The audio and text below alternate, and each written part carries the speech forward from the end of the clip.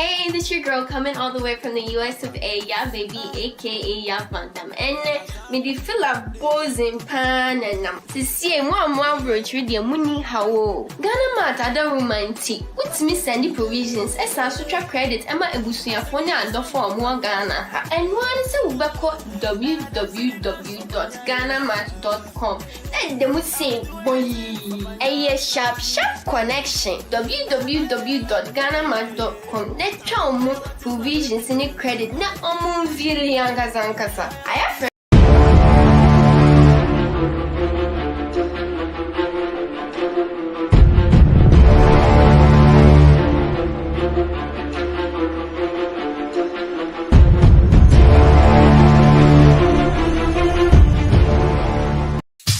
Hey, this your girl coming all the way from the US of A, yeah baby, aka Ya Bantam. And me di fill up bows in pan and to see one roach with your money how Ghana mat other romantic. What's me sending provisions as I sutra credit Emma Ebusuya for and the form one Ghana. And one is a ubako www.ghanamat.com. And them would say boy a sharp connection www.ghanamat.com. Let's try more provisions in the credit. Na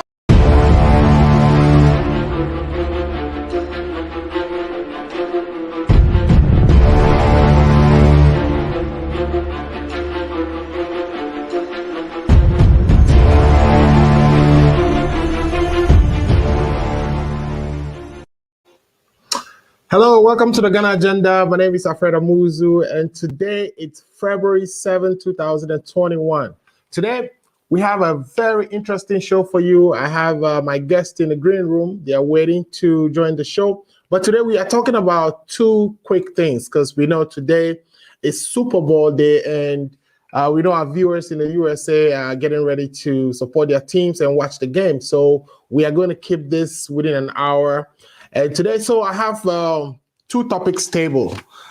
First, we will be going to the court and we'll be looking at what occurred over last week as far as the petition, the election petition is concerned. And then when we leave court, we will go and talk about monetary policy. We know the Monetary Policy Committee of the Bank of Ghana met between January 26th through 29th, and they released their press statement, which sets the monetary policy rates. And we are saying that this rate is very instrumental in how interest rates for interbank transactions are determined. So this is a very key document that gets released every 2 months, and we would be interrogating that as well. In the meantime, I'm going to check on my guest. So please stay there. Tell your friend to tell your friend if you are already done so. If you haven't already done so, if you haven't already shared our link, please share our link so other people can join as well. Thanks for watching. Just stay put. We will be right back.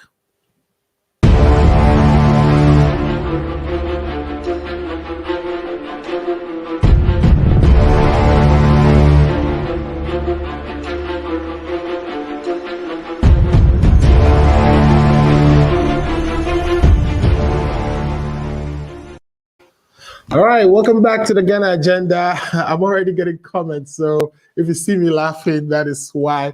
I do have one of my guests in the studio, in the person of Dr. Lawrence. And I'm going to have Dr. Lawrence actually introduce himself. We are waiting on Mr. Joe Oseiusu, who will be representing the MPP today in studio. So let me switch to Dr. Lawrence and have Dr. Lawrence introduce himself. Dr. Lawrence, thanks for joining the Ghana Agenda and welcome to the show. This is your first time, but I know you've been around the ACO radio circles and you've appeared on some other programs, so a few people may know you. But for my listeners, this is the first time they are having the opportunity to see you and hear from you. So if you can introduce yourself before we start the program, Dr. Lawrence. Yeah, I mean, I'm Dr. Lawrence, and I am the founder of the Friends of John Dramani Mahama North American chapter. Okay. And also the founder of the Diaspora Progressive Movement based in the United States of America. I am a member of the NDC USA communication team And I am also a very strong NDC in both in Ghana and in the United States. Great. Thanks for joining and thanks for the introduction. Dr. Lawrence, we also have our other guest joining us, so let me bring him on so he can introduce himself as well. Mr. Joe Seusu, can you hear me clearly? And if you can you please introduce yourself to my listeners? I know you've been here last week, but some may still not know you. So if you can introduce yourself before we start the program, please. Well, thank you so much. I say hi to Dr. Lawrence. In fact, this is the first time I'm seeing him personally. Okay. Hi, Dr. Lawrence. This is Joseph. Yeah, I think he told me in the background that he knows you as well. So that is good. It's good that you both know each other. Yeah, well, I'm a member of the MPP. I'm one of the communication officers here. I'm the communication officer for Cincinnati, Ohio chapter, but I live in Kentucky. And I look forward for a good discussion from Dr. Lawrence. Please, Doctor, do change your style of communication on this platform. I hope we are going to speak to facts. Yeah. Is that Doc, I don't know if you heard what he has to say. He says today we are going to speak to facts. So, is that a threat or is an harassment? Well, you guys are fan of using harassment because you have been trained by Chatuchikata. So, oh my God. No, I asked you a question. Just answer the question. Is that a threat or a harassment? So now you have turned to Akotampao, and then I have become Chatuchikata. So okay, you see, he didn't answer the question. Yeah, but I hope today we're not going to threaten anybody. We would have a very civil conversation. So, if you're ready, let's jump into the discussions and the topics we table for today. But the first thing I really wanted to talk about is Honorable Mohamed Muntaka, had, released an apology for something he said about one of the judges. If you recall, when the 8th Parliament was getting ready to install the leader of Parliament, Muntaka had made a claim that a judge that he heard from another lady colleague, that a judge was trying to influence who she would vote for. And then he came out, I think a couple of days ago, it might be yesterday or so, to release, to retract his statement and apologize. So let's take it from Dr. Lawrence. What is your assessment of Muntaka's, what Muntaka had to say about the fact that a judge was trying to influence him? And what do you say to his apologies? Because it sounds like he's not saying, that the judge didn't do what the judge did. He's just apologizing just to create some type of peace between the judiciary and the legislature. So, in my mind, I'm thinking if a judge is trying to influence somebody's decision as to who they vote for, that is worth investigating. So what is your assessment of this whole saga about the judge trying to influence a parliamentarian to vote for a specific candidate? Yeah, I mean, this thing came up when they were trying to elect the Speaker of Parliament, the Speaker for the 8th Parliament. Right. And Muntaka was all over the place trying to suggest something like that. Now, I think from what I know, he said that on authority. And if for now he is trying to apologize in a way, maybe he's not trying to apologize, like you said, he's not trying to apologize by saying that the inference didn't happen. But like you said, he's apologizing to bring the two arms of government onto the same page. That is the legislature and then the judiciary. I think he's trying to bring those two arms of government on the same page where they would begin to work together for national in the national interest. Right. Because I know Nana Akufo-Addo has said everybody should come on board for national interest. I don't know when he realized there is the need to do stuff for the national interest. But if he's saying that, then that is what it is. I don't think Muntaka will apologize because what he said is not true. But for the sake of national unity and for the sake of national interest, he has done what he has done. Okay. Okay, great. Let me bring Joe in as well. Joe, are you there? Okay, I think Joe may have. Yeah, Joe. Okay, Joe, what do you think about this whole apology, non-apology from Muntaka? It may be that your video is experiencing some problems. Can you hear me, Joe? Yeah, I can hear you. Am I on now? I'm trying to connect it to the laptop. That's why. Oh, okay. All I can give you a few minutes to do that while I talk to Doctor. I can give this submission and then later on do it. And correct. Okay, great. So, what do you think about this non-apology apology?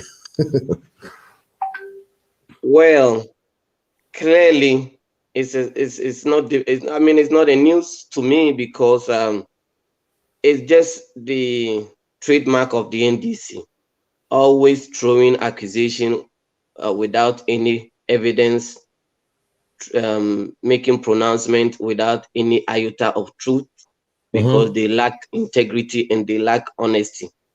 And it's not news to me because they have been. It's a culture. It's a culture that the organization called NDC have created over the course of their existence, right from John Mahama to Muntaka to Haruna Idrusu to anybody, anyone that falls within the NDC is having that kind of telling lies. That lies DNA is in them. How can a whole minority chief whip, I mean, Muntaka have been in parliament for almost four consecutive time, spanning over 16 period of years. Okay, and for him to come and make such a baseless argument, baseless claim. Remember, this is not the first time. This might be the third time. It is the same Muntaka who said somebody, I think it was Boachie Jakun, bribed them for his ministerial position 4 years ago. Okay. Right. For me, what this case is turning out to be is, one, somebody might have just called Muntaka, and then that is even just thinking aloud. Somebody might have just called Muntaka. Muntaka did not take time to verify the authenticity of the information that he's receiving, and he just came and blew it up. Now it is turning out to be that that is just a fake call. It might be just a fake call. There is no shred evidence to support his claim. Instead of him to do the rightful and the needful thing of just apologizing, he's just playing semantics, just like the NDC and how they have been trained. Okay, clearly it's a shame, because if indeed what he stands by what he's saying, then it needs to be investigated so that whoever that judge is can be fetched out and kicked out from the judicial system, because such a judge does not deserve to be in the judicial system to even be given ruling. And so for Muntaka to come and say, I'm apologizing, and because I use justices and it's a judge, come on, that judge is still in there.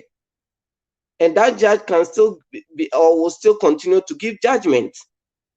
If a judge can call you to bribe you, then that judge can take bribe and give a wrongful judgment. Okay, so that statement needs to be investigated. I am of the opinion that we shouldn't say bygones be bygones because he has come to apologize. No, let it be investigated so that Muntaka will be shamed. And I know definitely that he's going to be shamed because he doesn't have any evidence to support what he's saying. Can I come in real quick? You don't have to. You can't come in here. This one is just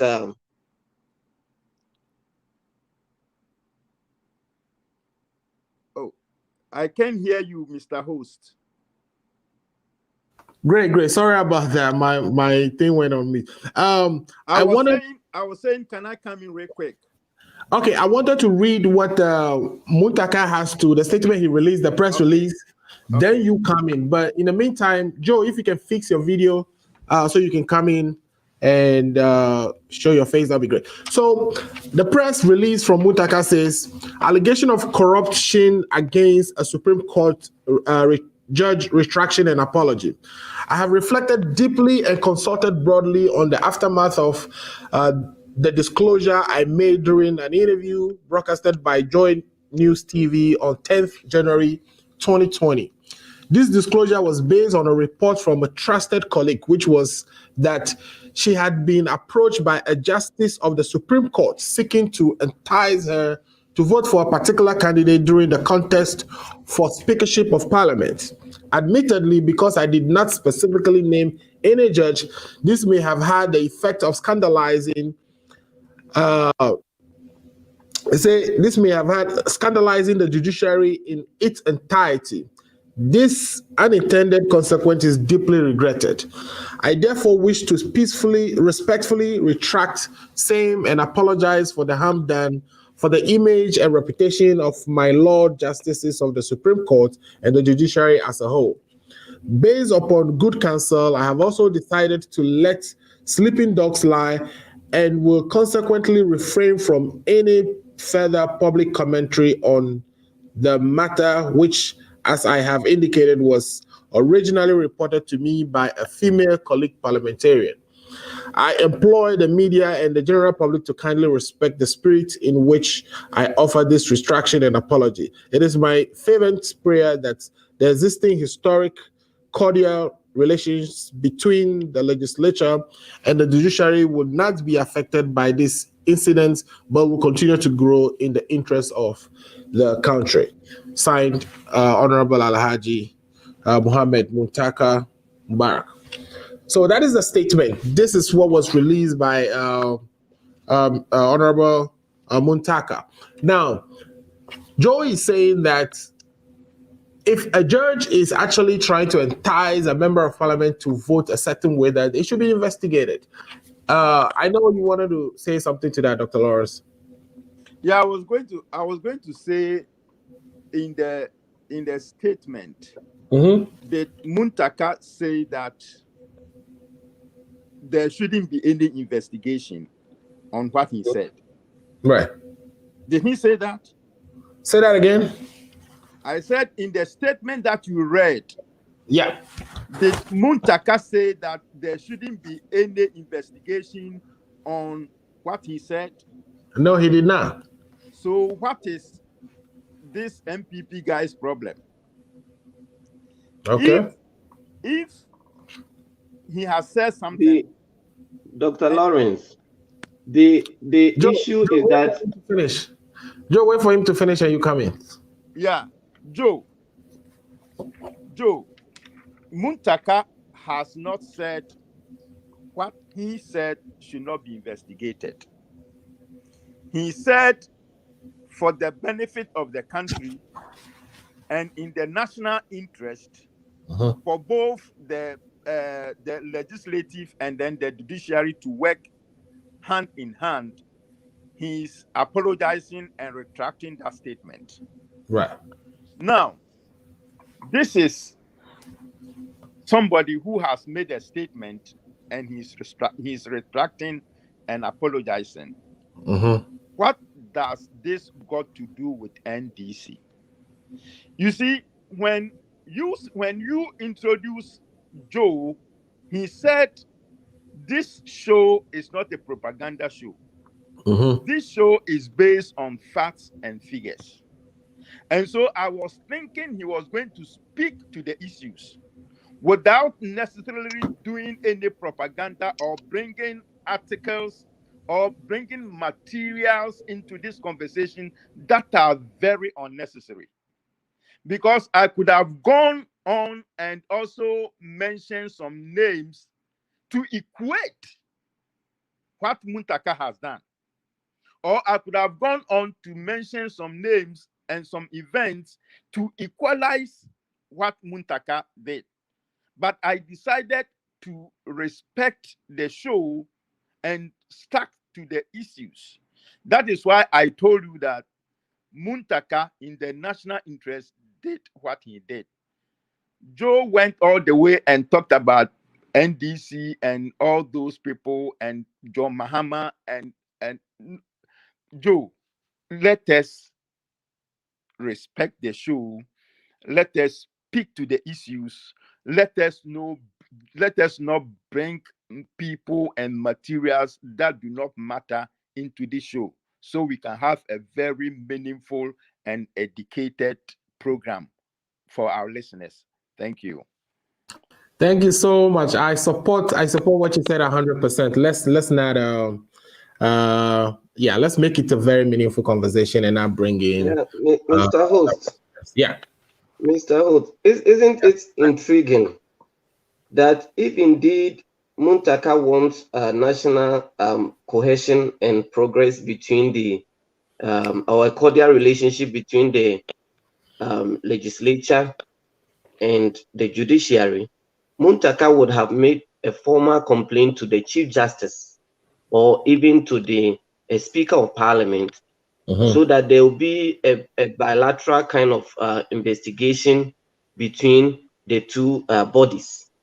Okay. For Muntaka to come out and just apologize and leave it there, and for the statement to say for the interest of peace and the cordial relationship, come on, that is even the statement is rather denting and going to even make it hard for them to work as a group.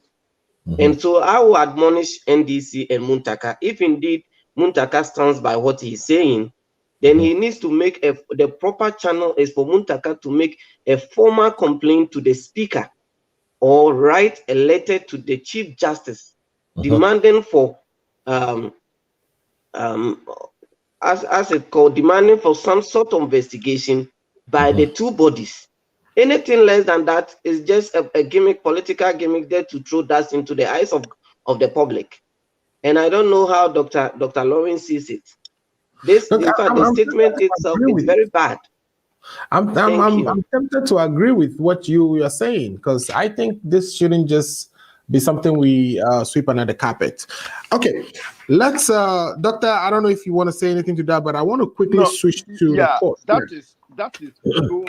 That is Joe's opinion, and I respect his opinion. But unfortunately, that is not Muntaka's opinion. Muntaka, who said what he said, has the opinion that we have to go this route, and that was what he went. If Joe has any other opinion, and he can petition the Chief Justice, or he can petition the President, or he can petition the Speaker of Parliament, go the route he is talking about, nobody stops him. Ghana is a sovereign country, and it's a free country. So he can petition any of these people to deal with Muntaka if he thinks that is the route Muntaka should go. But like I said, that is his opinion. Muntaka has his own opinion. I have my own opinion, and I respect his opinion. But if he wants his opinion to override all of us, he should appeal either to the president, he can appeal to the Supreme Court judge, and then, or he can appeal to the Speaker of Parliament, and then his opinion will be taken into consideration. All right. Okay, great. Thanks for that submission, Dr. Lawrence and Joe. Let's look into, or let's get into the petition. So last week, we saw two witnesses testify in court. They started with Dr. Akpese, and then close to the end of the week, we had seen Mr. Rojo also, submitted his witness statement and was questioned at some point. Okay.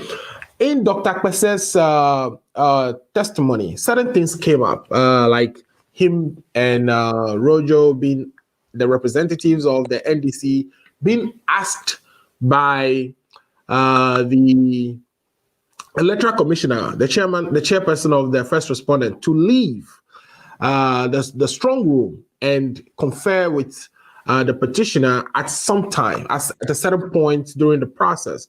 And by the time they came back from that assignment, the president, the electoral commissioner has already announced the winner of the election, which they felt was done in bad faith. They felt, that the petitioner, the chairperson of the first respondent should have waited for them, or shouldn't have asked them to go and confer, or when she asked them to go and talk to the petitioner, that she should have done that and waited for them to come back before the announcement is made. Even as we speak, he alleged that the NDC or the petitioner does not have a true copy of the Form 13.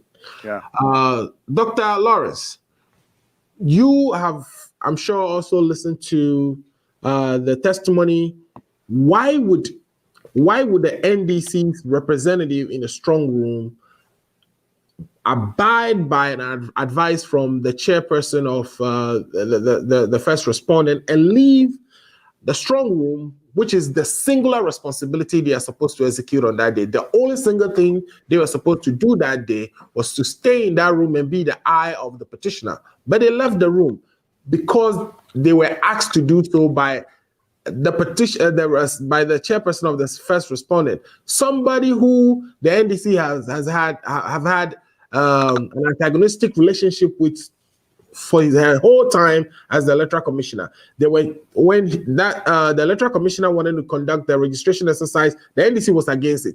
Every turn, the NDC did not support anything the chairperson of the electoral commission was doing, or the electoral commissioner was doing.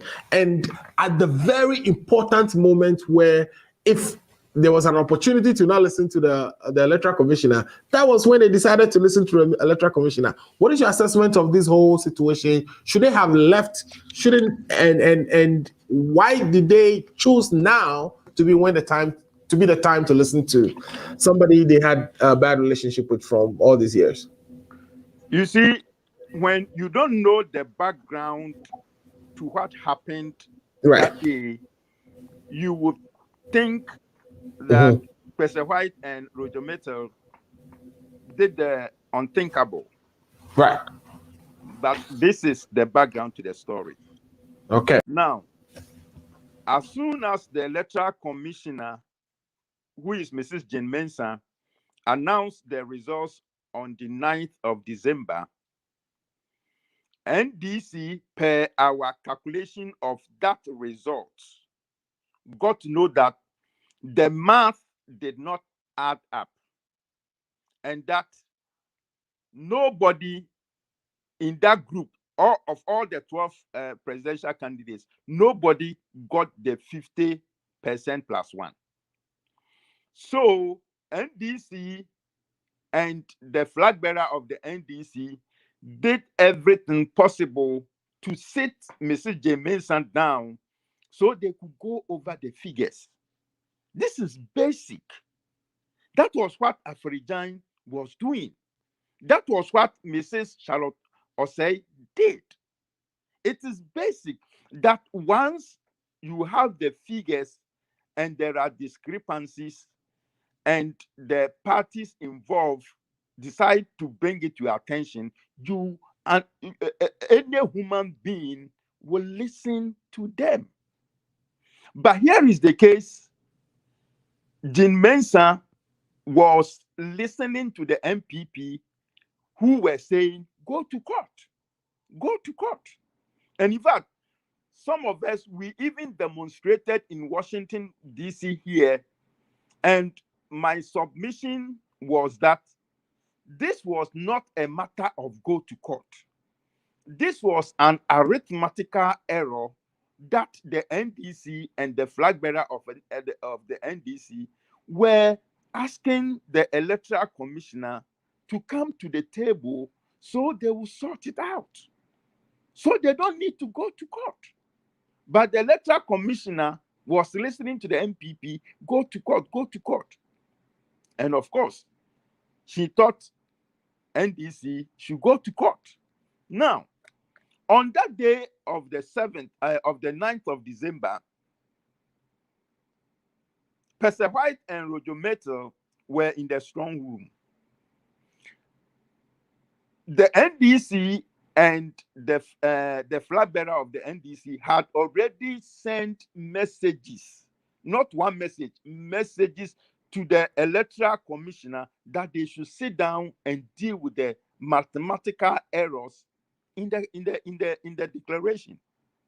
So when the electoral commissioner came out in the strong room, handed over a document or an envelope to both of them, the NDC representatives at their strong room, and told them to deliver that message to the flag bearer, they listened to the instructions of the electoral commissioner based on good faith. They thought the electoral commissioner, in fact, if you listen to their witness statement, they said at the time the electoral commissioner came out and gave them that instructions to deliver a message to the flag bearer of the NDC, they had not even started anything in the strong room regarding the declaration of results. So they were thinking that, oh, if we go, and I think Pastor White even said that the electoral commissioner said they were going to give them motor ride so they can get to JM on time and come back on time for the declaration. And then as soon as they left the room, electoral commissioner came out and declared the results. Now, my question is, the MPP are happy and they are blaming Pastor White and Roger Metal for allowing themselves to be used by the electoral commissioner. Now, the question is, where in the Constitution does it say that the NDC representatives in the strong room should be present before the electoral commissioner would announce good results? Should the NDC representative be in the room before the electoral commissioner will know that she has no mandate to declare fake results? Should the NDC representatives be in the strong room for the EC to know that she doesn't have the mandate to declare cooked results? Should the NDC representative, should they be in the room for the electoral commissioner to say she doesn't have the mandate to declare incorrect figures? Should they be there? The electoral commissioner is mandated by law to declare good results, irrespective of whoever is in the room, irrespective of which party is being represented. Because according to the Form 19 that they are even talking about, out of the 12 presidential candidates, 3 didn't sign. So what is the basis for the electoral commissioner to send the 2 NDC representatives away by giving them those instructions to go and meet their flag bearer, and then she going ahead to declare fake, cooked, and incorrect figures? That is what Ghanaians should be asking themselves. And that is what real meaning Ghanaians should be asking themselves. Do you understand? So if you don't know the background to what happened, you will say, oh, we never trusted the electoral commissioner. How come this time she was able to, swerve these 2 gentlemen from the NDC? It was because they thought the electoral commissioner would do the right thing. Even in their absence, she didn't have the mandate to declare cooked, fake, and incorrect statements. And that is what we are dealing with right now. And Massa, from all the figures the electoral commissioner is throwing out there, 6 of them so far, you could see that the 51% she gave to Nana Akufo-Addo and 47% she gave to President John Dramani Mahama. They are plugged in figures. Nobody got that figure. They just plugged that figure there, and now they are looking for figures to match or to tie to that percentage. And when she mounts the witness box, I don't know when, but when she mounts the witness box, all those figures will come out, and Ghanaians and the Supreme Court judges will know that 51% for Nana Akufo-Addo, 47% for Mahama were plugged in figures. They plugged those figures even before December 7th. Before we started the elections, they had already given Nana Akufo-Addo 51%. They have already given President Mahama 47%. And after the elections, they are trying to find figures that will tie to that figure. But God is not a stupid God. The God NDC is serving is not a stupid God. It is not a God who is a fool. At the end of the day, the truth will come out unless the judges decide not to see the truth. But if the judges were to see the truth will come out, and the whole world will know that President Akufo-Addo was wrongly declared the president of Ghana, and he will be stripped up of that position when the Supreme Court judges give their verdict on whatever day that they want to give their verdict. Thank you. Thank you so much. Thank you so much. I know Joe is there itching to jump in and also present putting his submission on this. So Joe, take it away. You've heard what Dr. Lawrence said about what actually occurred that day. Do you agree with him that the electoral commissioner does not need NDC in the strong room in order to actually perform her duties by the Constitution? The LI is clear. The LI for governing this election is clear. You need a strong room. You need 2 representatives from each political party. Whether they sign or not, or whether they showed up or not, it's not a requirement. It's not a requirement, but the airline makes it clear. It's just like having a rep at the polling station. The airline says political parties have up to maximum of 2 polling agents at each polling station. But if a political party choose not to come with any polling agent, the election will continue. Okay. But for ordinarily, even take the EC aside, ordinarily, for someone to send you on an assignment and for you not to execute that assignment on the basis that somebody ordered you and instructed you to leave your duty post in such a high risk, in quotes, a business, or such a very high stake business, is the highest form of irresponsibility. And for me, if there's anything, the witness so far from Pese White and Rachel Metonunu should have been a basis for the NDC to even write a resignation letter for them, or fire them from the party. And so Lawrence and the NDC can dance to that tune, but that is the highest form of irresponsibility. It's like a soldier on the battlefield who have abandoned his duty post on the basis that the enemy sent him or her away. Okay, that is just on the lighter note, but let's come to the core issues. The core issue is that NDC is in court to challenge the constitutionality of the first respondent duty based on the election declaration. And so they are making a strong case that Nana-Addo or their candidate John Mahama did not secure 51% to make Nana-Addo the president, and so based on that, there should be a runoff. Is that not their case? Okay. That is. You come to court, and you have only two witness statements. One came, and he was actually disgraced completely. The evidence, because Dr. Akoto and the EC lawyer put it straight to their general secretary, Sedun Ketia, and we were all here. We saw it on television with Sedun Ketia calculator.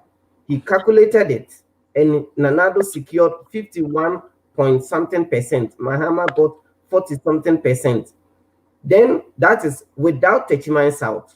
Then they asked him again to do the calculation with Techiman South, and still Nanado had 51 point something percent. Mahama got 47 point something percent. Then they did the calculation without overvoting from them or vote pardon from them, which is around 4,000 plus. They said, take it from Nanado, do the calculation.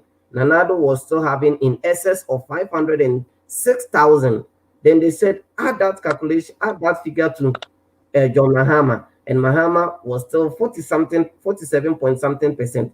Then they put it to him that based on this, Nanado secured 51%, and he said yes. And he said yes.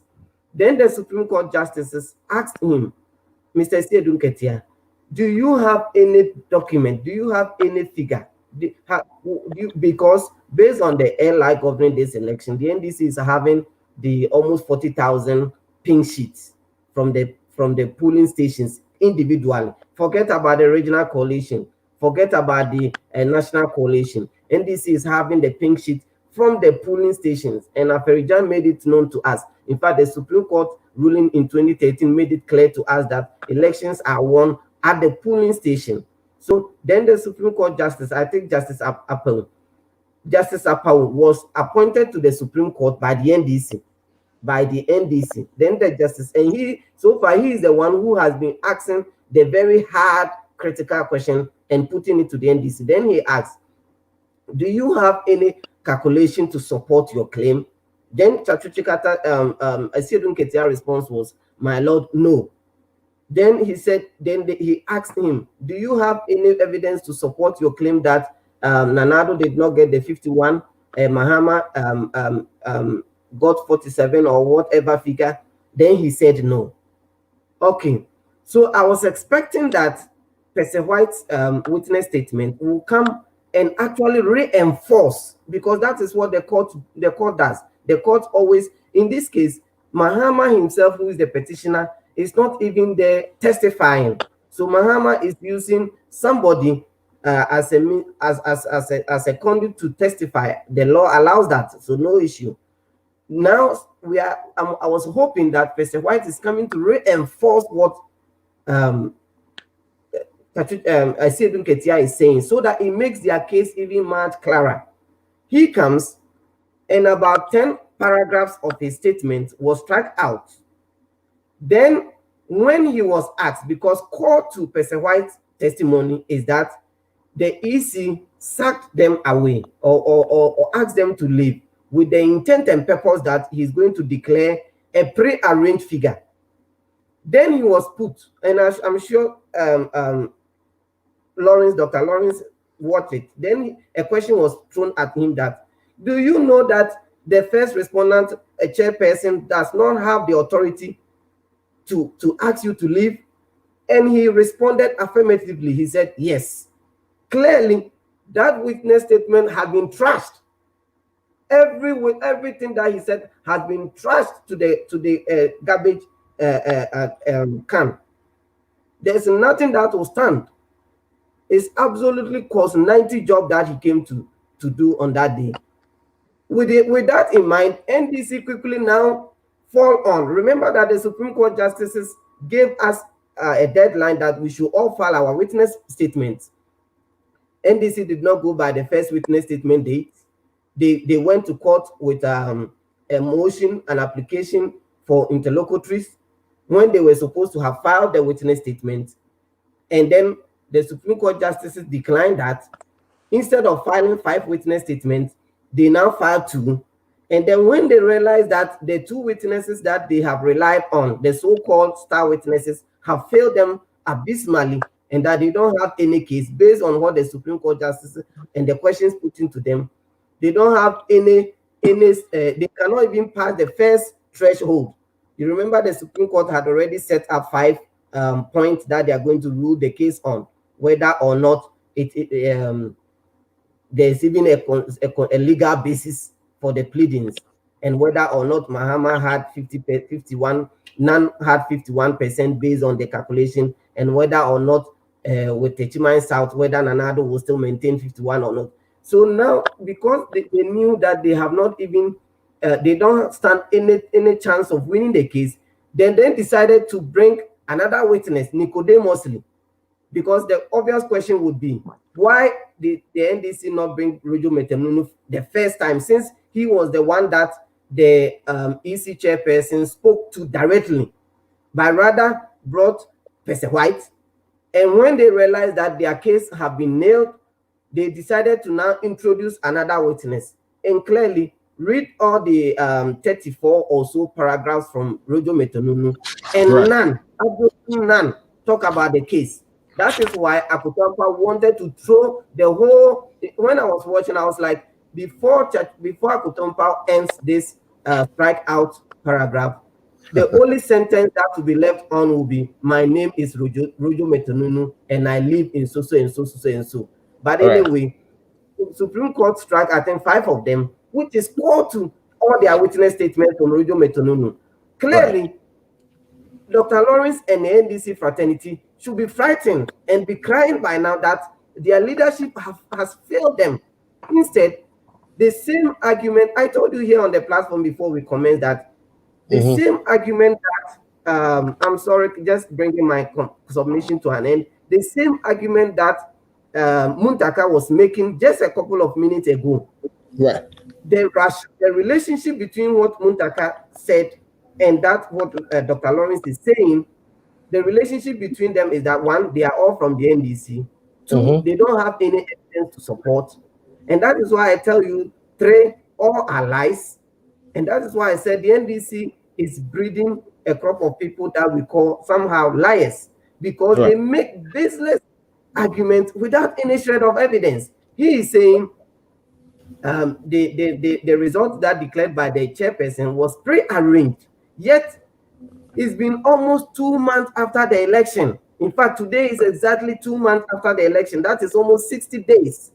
We have not gotten a single tabulation from the NDC, even when they are in court, even when the Supreme Court is asking them, even when I'm asking Dr. Lawrence now, that do you have any tabulation to support what you are saying? They will say no. I mean, come on, why do we do this dishonesty to ourselves? All right. Okay. Good submission so far. And I think there are things that I'm sure Dr. Lawrence will want to pick on, but I also want to read something from the 32 paragraphs that Robert Joseph Mantel, actually that's Rojo submitted in his witness statement. And the ones that you said, perhaps should be all thrown out. One of the ones, one has to deal with the fact that there was a fast machine. I don't know if this one was kept or thrown out. If you know, you could let me know. That the fast machine, there was a fast machine. Actually, let me actually read. It says, dedicated fast machines, printers, and computers were provided for the strong room that were to receive fax from fast machines at the regional coalition centers in full view of agents of candidates, and then projected on the overhead projector in the strong room as the results were received. EC officials manned the machines. On 9th December 2021, for many hours, the machines in the strong room were not working. One could see the frustration on the face of many of the dedicated fast machine personnel. The fast transition was also slow. So if the fast machines were not working, where was the EC getting the numbers to disclose? And is it not why the NDC would say something like the numbers were already manufactured, or the already were already, there and just plugged in, and it wasn't a true representation of what was coming from the original coalition centers? Well, and that is to you, Joe. Yeah. Just oppose that too. You know that Rojo Metenunu had already signed 12 of the pink sheets, 12 of the regional coalition sheets, right? One which said 2 of them, which he said he signed because he was deceived, and I could read that. That is actually. I'm not even going into that. My point is that. Let me read paragraph 11. Say, I must admit I was misled by the position of the Electoral Commission official into signing the regional coalition sheet for the Ashanti region simply because there was a signature of the agent of the petitioner at the regional coalition center on that sheet. I later found out from speaking with officials at the party headquarters that what had been presented on the signed coalition form was not consistent with the tally of polling stations result in the Ashanti region. Okay, and you see why that is flawed? That is flawed because that region was actually, that sheet was signed by Betty Maud Idrusu and Buja Jemfi. These are big wings within the party. You are talking about a former Attorney General, Betty Maud Idrusu. And so if that is a statement of fact, you would rather have challenged the authenticity of the document, and you would have included it in your pleadings. None of that. None of that. Okay, so that is what Akutampa was saying, that my lord, he's trying to introduce a new fact, but that is not in the pleadings. You are making an accusation that you later found out from your party head office. The party head office, they are not the one who signed the document. The document was signed by Betty Modibrusu and Buja Jemfi. Did you call to find out that that signature is not their signature? It's been 2 months after the election. Have they come to declare that that is not their signature? I don't think there's a dispute about the signature, though. The dispute was that the constituencies numbers did not tally with what was actually recorded. Remember that before these guys signing, they have done the coalition already. And you are not telling me that Betty Maud Idrusu and Buja Jemfi are so stupid that they will sign something that they won't have a review process in place. Now, my argument is that I'm not even going about the content of the document, but I'm trying to dispute the argument from Rojo that the fax machines were not working. Right. If the fax machine were not working, where did they get the 12 pink sheets that he signed? And if those pink sheets were coming from somewhere, how can you be misled to sign 12 pink sheets? Come on, that's what I'm saying. That's the highest form of responsibility. and the likes of Dr. Lawrence should be worried. Okay, let Dr. Lawrence actually react to that. Since let Dr. Lawrence, I want to hear your reaction to that. Your party, or the petitioner, as witnesses are claiming that the fax machine broke down. They signed. They were misled to sign the Form 12s coming from the Ashanti region, etc., etc. What's your reaction to that? You see, Joe is speaking from the MPP playbook. He really doesn't know what is happening on the ground. You see, the figures that their lawyers were mentioning to Asiedun Ketia, and he was tabulating those figures. They were from the MPP pink sheets. They were not the electoral commissioner's pink sheets. And does the NDC have a pink sheet separate from what? Isn't the electoral commissioner who gives the pink sheets to every party? That is the point. You see, pointed to him that this were attached to the pleading. I have only 5 minutes. And it was given to the NDC. And the lawyer did not challenge the authenticity of those documents. So don't let him pass that comment that they were from the NPP. No, because they have. Let me do that. You saw him stay quiet while you were doing your presentation. So, with all due respect, if you can also give him the opportunity to present his. I blocked my calendar up to 6 p.m. and it's now 4 minutes to 6 p.m. So let me use this 4 minutes to make my presentation, and then I'll be out. Absolutely. You see, the figures the MPP lawyers were given to Asiedun Ketia to tabulate were from the MPP's pink sheets. They were not from the electoral commissioner's pink sheets. And you and I know that Paul Adom Ochre is all over the place telling us that they were announcing the figures from the MPP's strong room. Right. So the MPP's pink sheet were what the lawyers were mentioning to Sedun Ketia, and of course, he was adding them up without actually asking for the authenticity of those figures, and of course, from what he was made to do. So that is one point that Joe should know. So the bottom line is, Massa, Rojo said the fax machines were not working. So in Chatu's statement that he wanted to ask the electoral commissioner, Chatu wanted to know from the electoral commissioner if the fax machines were not working, how did she get her results? But the Supreme Court did not allow him to do that earlier interrogation. But that's fine. Our lawyers have told us that there are several ways of killing a cat. So they will find a way. They will find a way and find out from the electoral commissioner how she was able to get the results without the fax machines. Okay. Now, listen. MPP are telling Ghanaians that the NDC, we don't have our results. Okay. Because they have taken their results to court. And their results were what their lawyers were mentioning to Asedun Ketia to tabulate. So the bottom line is, let us all stay calm. Let us all enjoy our cheeseburgers and our fufu until the electoral commissioner, who is the presiding officer, mounts the witness box.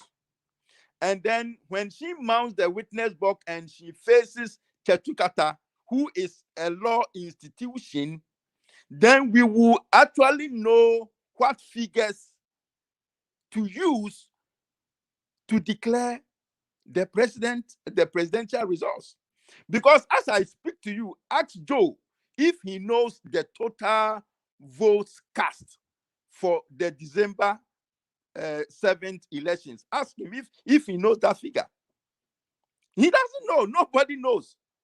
And this is why the NDC wanted the electoral commissioner, the Supreme Court, to ask the electoral commission to bring their documents so they can inspect it and see and compare it to our results and see who is actually lying. Because MPP has their results, Paul Admotri has told us that the MPP results were what they were announcing on air, not from the electoral commissioner or not from the electoral commission. So MPP has their results. Jim Mensah mentioned some figures on December 9th. Then she came on December 10th to change those figures.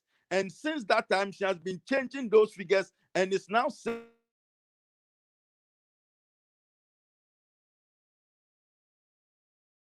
I think your sound is out.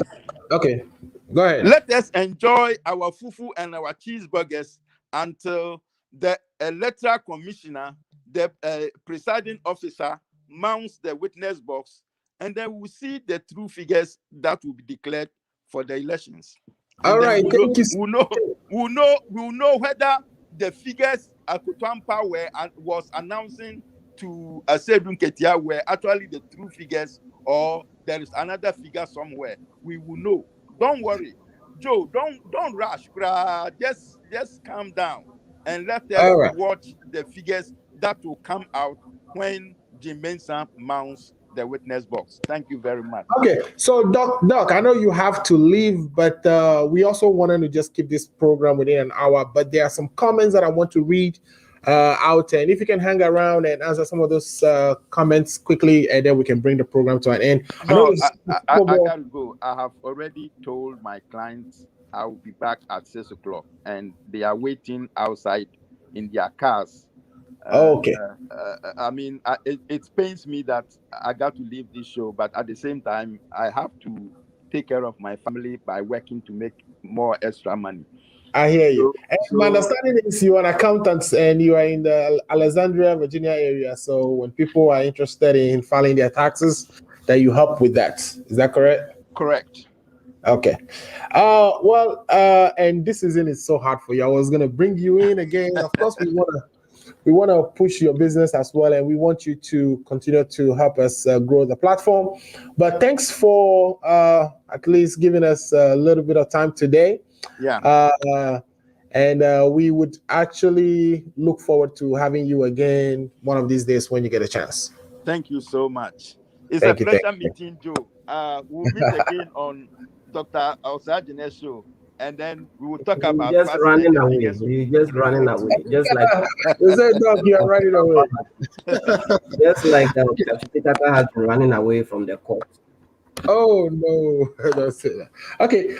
So we have some comments. I'm gonna take let's say 1 minute of a 1 minute break, and then when we come back, we'll go through the comments we've received so far, and then talk about a few other things, and then bring the program to an end. I know you also wanted to go and watch a Super Bowl, right? Okay, so we can talk a little bit about the African COVID, and then the you wanted to talk about Bank of Ghana money. Okay, Yeah, okay. I mean, Let's take the break. We come back and we'll talk about all those. All right.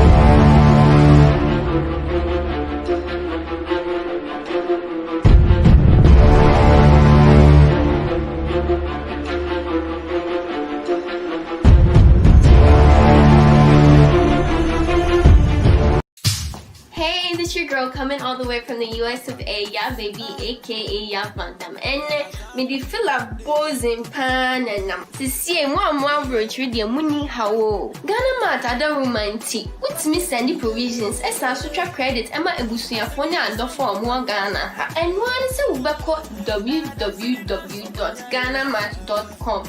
And they would say, boy, a sharp connection. www.ghanamat.com. Let's provisions in credit. Na really ankasa. I have friend numbers na mo screen aseno. Ghana Mat ye crano. All right, welcome back to the Ghana Agenda. If you haven't already been using Ghana Mat to send provisions to your loved ones back in Ghana, please try it. I have done so, and the experience was great. Try Ghana Mat. All your provisions can be purchased right here in the United States and delivered to the loved ones back home. Ghana Mat is your number one website for doing so. So try Ghana Mat. I've tried it and I love it. All right, let's go to some of the comments we've been receiving. I know a few people are watching. Lifetime Legacy, you are watching us. Thanks for watching. I have Matthew Adam Noagbe watching. Thanks, Matthew. Tell a friend to tell a friend. Ray Rasconi is watching. Christian Danku and Pascal Kojo are all watching us. Thank you guys for watching. So let's go to the first comment here coming from Steve Dye. Steve is a co-host of mine on Akko Radio.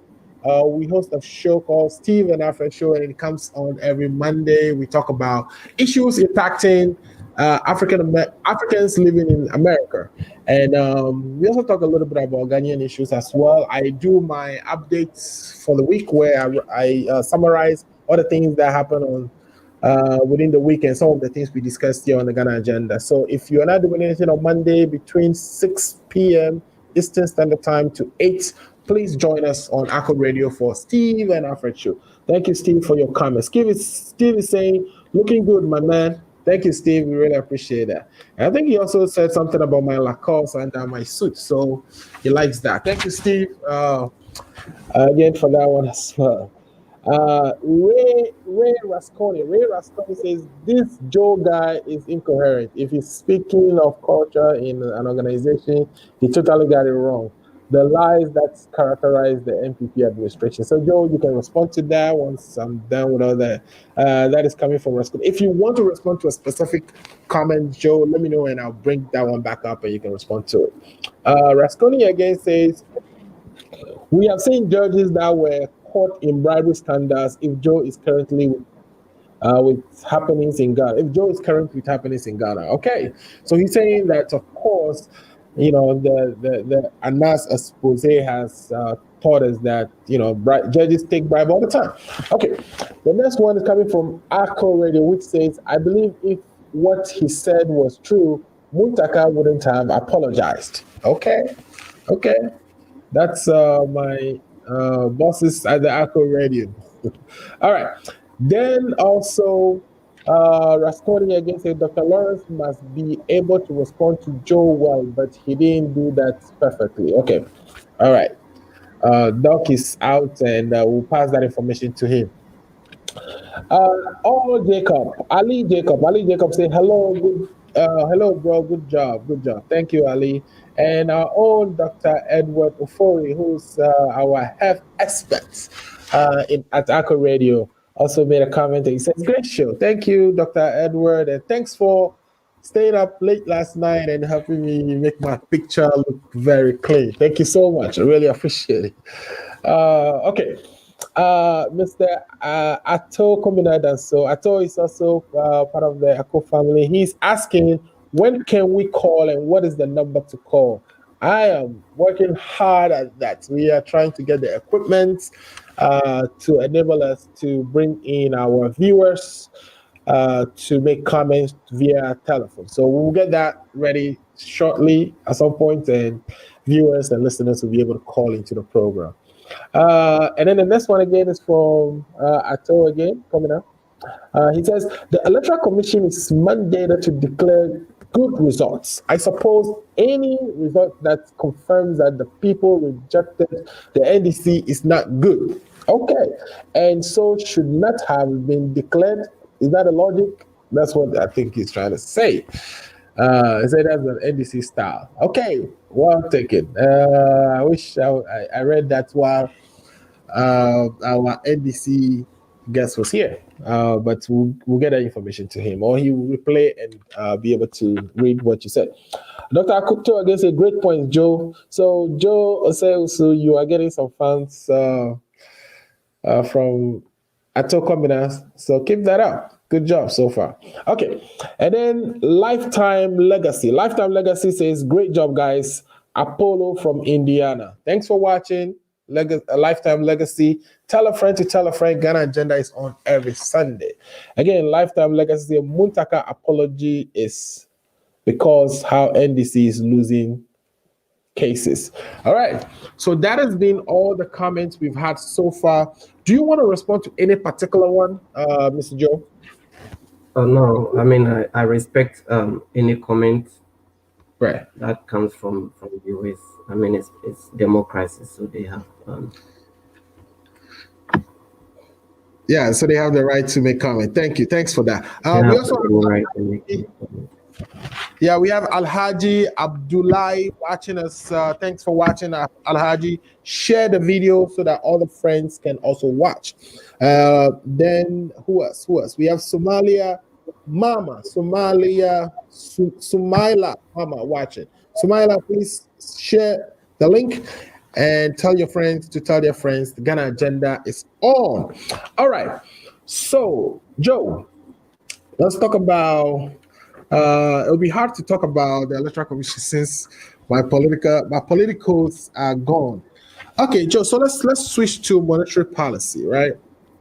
And let me just put in a quick. Let's switch to monetary policy.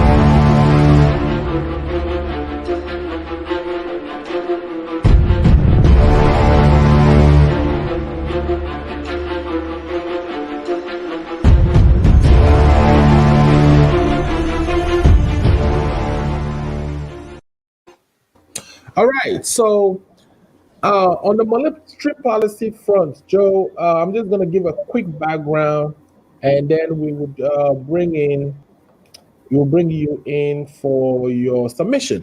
So, the Bank of Ghana has one major role that they play in our economy, which is that they ensure that general levels of prices are stabilized. And so, Bank of Ghana, of course, which is formed by the Bank of Ghana Act of 2002, Act 612, in Section 3 clearly defined or set out what their duties and responsibilities are. Now, if you go to Section 27 of that Act, it established what we call the Monetary Policy Committee. This is a committee comprised of the governor of the bank, the first deputy, the second deputy, the head of economic research department, and the head of treasury department of the Bank of Ghana. And then they bring in two outsiders, or we call them external members. And these are people who are knowledgeable about how the bank operates, have experience with the bank's operations and activities, and are not employees of the bank. So this group, the governor, two deputies, and then the two heads of departments and the two external outsiders form the Monetary Policy Committee. This committee meets every 2 months, and when they meet, they make decisions that impact all of us. Now, the committee is charged with making monetary policy. When we say monetary policy, so there are two major economic policies that governments make. There is fiscal policy, which usually comes through the budget and the government's position on specific things, whether they are going to do free SHS or they will support 1D, 1F. That is all fiscal policy. Then the monetary policy deals with interest rates, and how they manage inflation, etc., etc. So we'll talk about the monetary policy aspect, which is what the Monetary Policy Committee does. So when they meet every 2 months, they discuss the entire economy. They have what we call composite indicator of economic activity, which is a way for them to track some specific areas of the economy, like manufacturing, like tourism, like private sector credit, etc., etc. That tells whether the economy is growing or the economy is declining. They believe that concentrating on just GDP is not enough, so they put together this composite, which is done across the world anyway. So a decision is made, and every 2 months we are told what that monetary policy rate will be, and what that's what we call the CIAE rate will be. So we are going to go into all that today. Joe, you had the opportunity to look at the press statement released after their meeting. So they meet every 2 months, and then they release a press statement. In that press statement, you find what the policy rate is. This year, or this meeting, which just occurred between 26th of January and 29th, the press statement was released actually on the 1st of February. And in that press statement, it disclosed that the monetary policy rate for between January now and the next time they meet again, which will be March, would be 14.5%. Joe, what is your assessment of that rate? That 14.5% has been kept since, I think, throughout 2020, pretty much. What is your assessment of the fact that they did not change? And let me also explain that when they set out that monetary policy rate to be 14.5%, the goal is to manage inflation. Now, like I said earlier, there is a framework that was adopted by the bank, and that framework is the inflation targeting framework, which says Ghana's inflation has to be pegged, or has to be between 8 plus or minus 2, which means it can go all the way down to 6, or it can go all the way up to 10. That anything above 10, need to be corrected. Anything below 6 need to be corrected. So we want to bring inflation between that band. And so we use the monetary policy rate to drive that, because this is the rate where banks use to lend money to each other. When a bank wants to borrow from the central bank, this is the rate they use. So what is your assessment of the rate that was released on February 1st after the meeting of the Monetary Policy Committee? Yeah, thank you so much. Did I hear you saying the interbank rate is 15%? No, the interbank rate. What would happen? No, the interbank rate will be 100 basis points, depending on whether it's. So the Bank of Ghana runs two different windows, which is the normal window and the late window, where if you were to be dealing in the late window, the normal window, which is between 10 a.m. and 12:30 in the afternoon, if you were doing a transaction at that point, the interbank rate will be the 14.5% they release here, which is the monetary policy rate, plus 100 basis points. Okay. Yeah. Okay. Well, if I read through the statement and I must say it's a fair assessment of the economy. It's a fair assessment of the monetary policy of the economy, and of course we are all aware that because of the COVID situation, things are going to look a little bit awkward, not as because we are not in normal times. Right. But you see, just like a US here, at this point in time, you want a monetary policy that is much responsive to how businesses can grow in these difficult times. Right. And so, for me, the reason why they maintain the monetary policy rate of 14.5 or 15.5, so that commercial banks can still maintain their rate, which is I think 21%, Right. and so that there will be liquidity in the system at a much cost to businesses, so that businesses can thrive in these difficult times. At the same time, what I think government needs to do is not to rely on the banks to give more stimulus packages to small, medium scale enterprises. Rather, I think government needs to increase that 600 million Ghana cedis we were trying to distribute to these sectors, to increase it marginally, so that businesses will get more support. If you look at US here, it is government support that is keeping this economy afloat.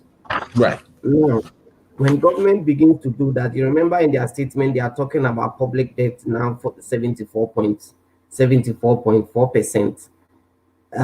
Of course, one will argue that we are in epic times, blah blah blah blah. But hey, that's what is happening everywhere in this world. We are all in crisis. So between the inflation target, as you suggested, 10%, 8%, 2 plus 2 or minus. Now with inflation around, I think 10.1, and mainly driven by the increase in food production, which went up from 11 to 14%, and so it drove above the target. And of course, Ghana has been using this. We can debate about whether the inflation target is the right mechanism to go or not. That's another story. I don't believe that. But that's what we have. So what you say? You say you don't believe that inflation targeting is the right approach? No, I don't subscribe to that school of thought. But that's a different thing. I mean, we have. Frederick Ebert Stiftung is a German foundation in Ghana. We have done a lot of work on that.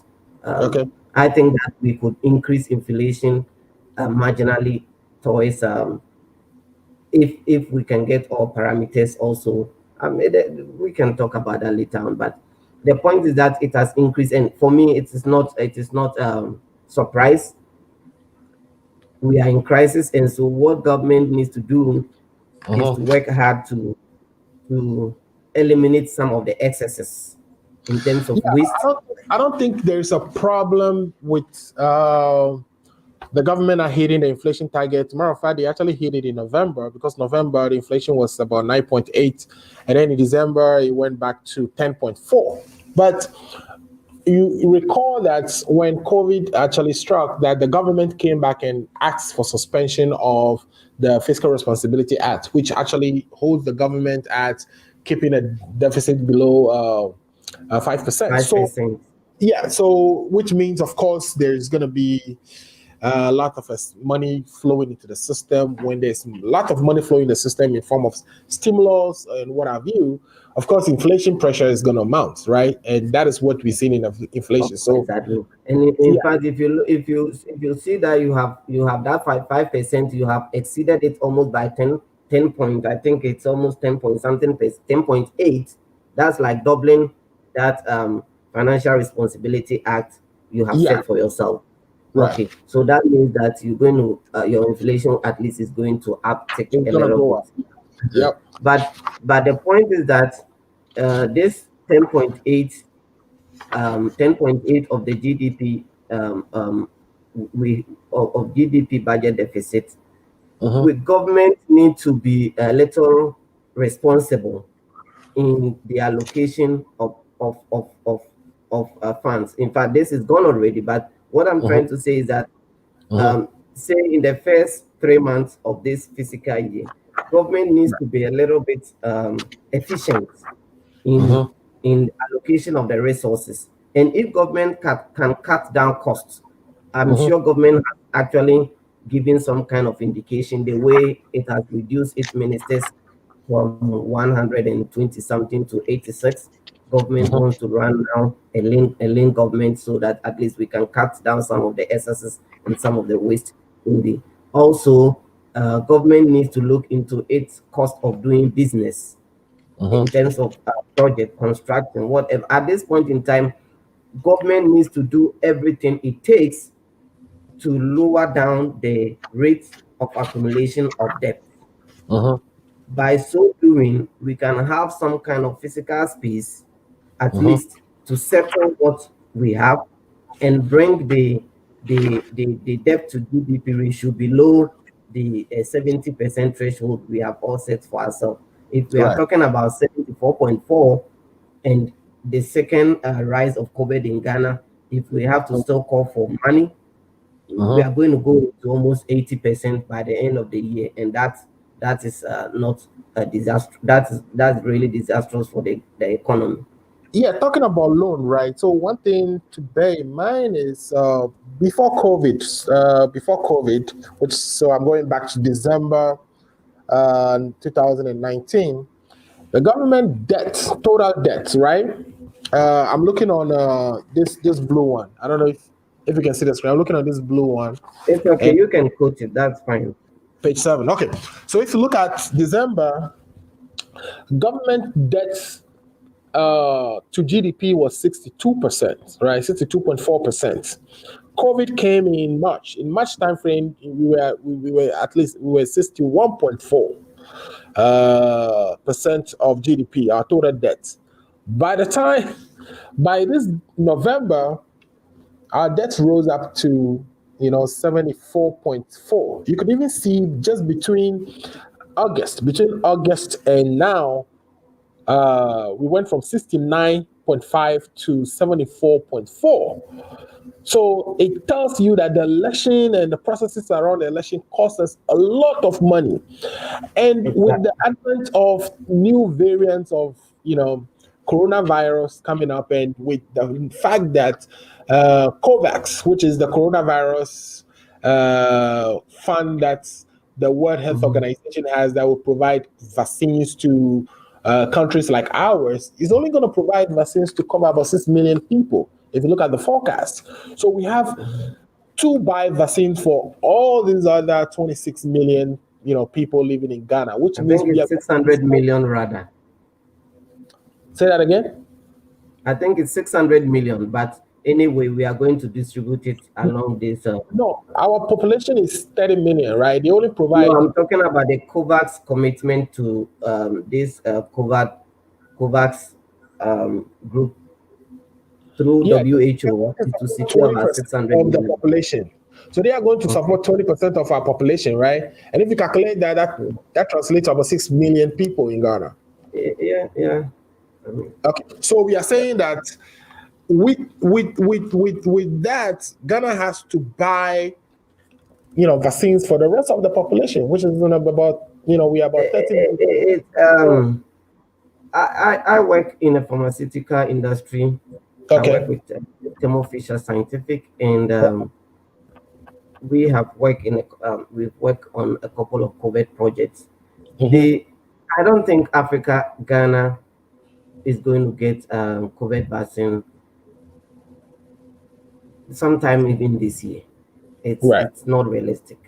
It's not realistic. But the point is that by June, the president in his last said he would have COVID vaccines procured by June. It's not realistic. It's not realistic in the sense that it's not just saying you buy it, but even the infrastructure that you need to even roll it out. Right. Some of these things, it's not even there. Which is going to be our next topic for discussion. So I know you are geared up. You're ready to talk about that. So I'm gonna. But the point is that government need to really this time around. Government need to find an innovative way to cut down debts. Okay, because if we don't, and we go the rate at which we are going, we are going on unsustainable path, and by the time COVID is over, we would have wiped all the gains we over the 4 years we chopped. Now, that is why government want to come out with a new mechanism of, say, a JAPA deal, so that government can have some liquidity in the system without actually increasing the debt stock. Okay. That the government need to begin to look into those areas as soon as possible. As you mentioned, Japa, I think I'm going to have to bring you for us to actually digest Japa very well. But in other words, you are saying that the government has to find ways to do this type of off-balance sheets funding. Exactly. And some of that we saw in the Sino. Is it Sino Hydro? Yeah, Sino Hydro. And of course, the way to was trying to do that was an attempt to how do you call it? An attempt to float our royalties, right? On the stock exchange, so that our investors can actually invest. But we'll take a Japan because it's a topic I'm very passionate about. Now, so we can guide our listeners, right?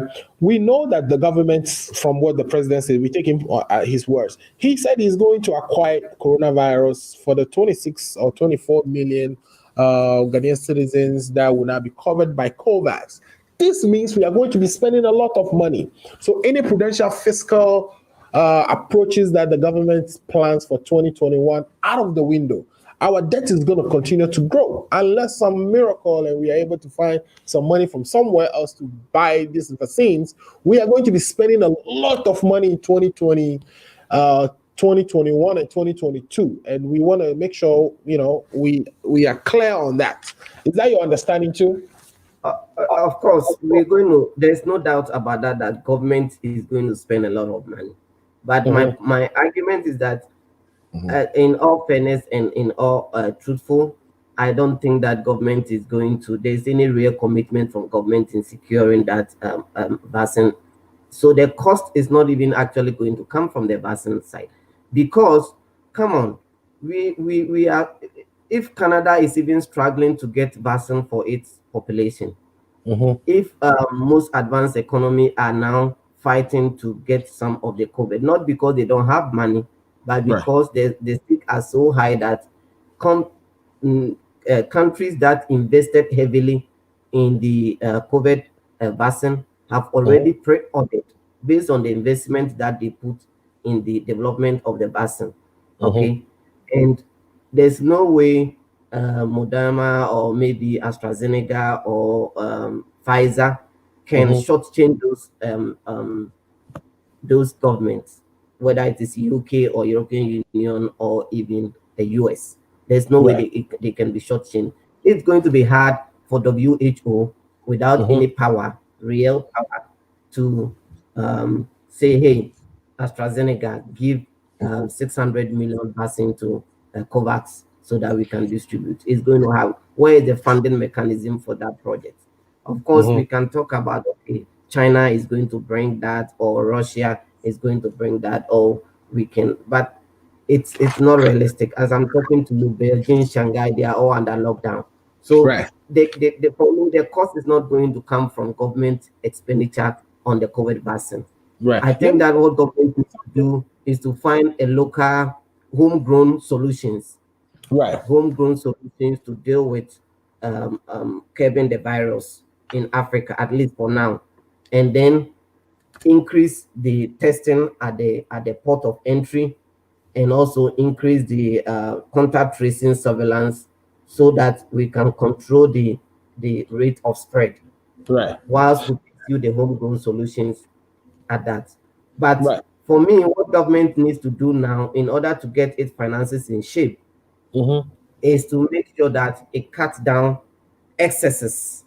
Let me read to you. Let me read something, because I know you wanted to say that if you look at their press statement in paragraph 26, it reads, the prospect of, and I'm talking about the Bank of Ghana's monetary policy press statements they released after the 98th meeting. In paragraph 26, it reads, the prospects of a sharp fiscal correction in 2020 now looks unlikely amid the second wave of the pandemic, which will be requiring additional spending to provide testing, vaccine, etc. So I think the bank even recognizes the fact that it's going to be difficult to do any fiscal correction. In other words, and what that means is,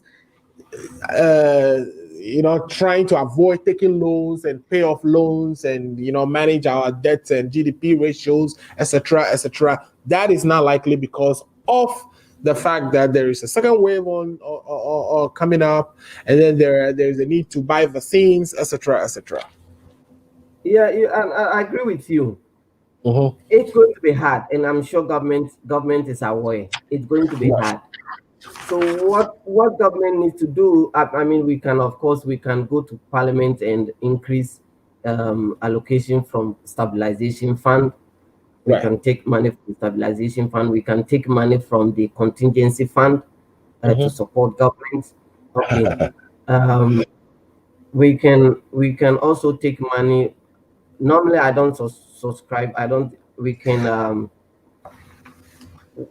also take money from our reserve. I mean, if West comes to West, we can reduce it a little bit. The reserve is pretty much up to the bones, right? Because if you look at the reserves, it's now 4.1. Yeah, hold on. Let me look at that. It says, I'm trying to see how much more we have left in the stabilization fund. And okay, here we go. So if you look at our reserves, right, the gross international reserves, we have in the, well, it's 4.1 for import cover. So you are right, which means we have enough reserves to cover 4.1 months of imports. That is what it means here. But if you look in our reserves, with the stabilization fund, it stands at 862. It's 8624.4 million US dollars, which is $8,624,000,000, right? That's way too small. That is the reserve. Now, but it's actually on page 6 of the blue one, the blue sheet. And then you will see that without the Heritage Fund and the Stabilization Fund, we only actually have 844 million in our reserve. So that's way inadequate. Yeah, this is what the bank is reporting. So and the scary thing is that if you look at the domestic debt too, the domestic debt too is also high now. I mean, almost 147 billion Ghana cedis. So any attempt by government to even raise bonds locally, it's still not even on a sustainable path. So government, at the same time, this year is what government needs to embark on a massive infrastructure project for I mean, within the next 4 years. So that is why I think that the smartest thing for government to do is to go the Sino-Hydro path. Government needs to finance its projects through the back door and not adding to the public debt stock. Yeah, but this approach of what that does is imagine that this bauxite and all these other minerals we have, like gold. Currently, the royalties we have from the gold royalties, the royalties we receive from the gold goes to support our budget. All right. I mean, we are talking about $100 million. That's way inadequate. So if you could use $100 million. But would you rather would you rather sacrifice that 100 million that you get every year to get 500 million today to build 1 or 2 roads and then not get that 100 million for a very long time? Because every year that we don't get that 100 million, we have to go and borrow money to cover our expenditure, because our expenditure would continue to continue to stay, because we have the single spine we have to pay for. We have all the things now that we have free SHS that we also have to continue to pay for. How do we pay for that when we go and mortgage our gold? Because our gold provides funding currently to support our budgets. So if we stop that money from coming, we have to go find it somewhere. Yeah, research have shown that is more sustainable, because we have done such in the areas of Get Fund. Okay, when we needed to build a lot of infrastructure for free SHS, we securitized Get Fund money and got a lot of money, 1.5 billion for the massive infrastructure, and it actually paid off.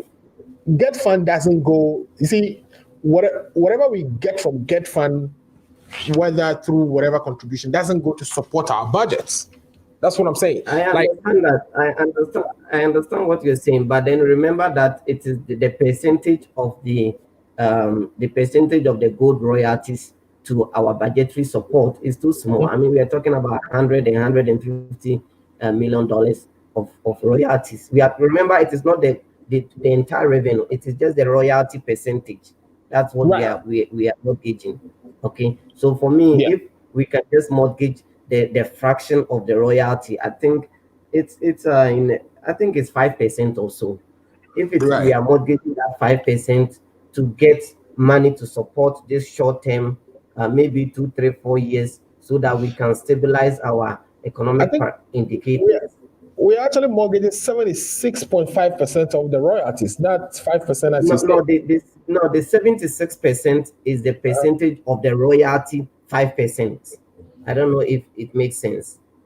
The royalty. Okay, the royalties that is paid to us is 5%, but I'm saying that once it's paid to us, we call it royalties, and we are saying that royalties, 76% of it we are trying to float on the stock exchange. So because the 22% of them goes into the stool lands and the administrative costs. Well, matter of fact, there is a breakdown. Yes, some portion go to. I have that. I have the slide that I built for that. But that is the Japan conversation that we need to have. So my point is that government need to find mechanism like that to finance public projects, at least for the fiscal year of 2021.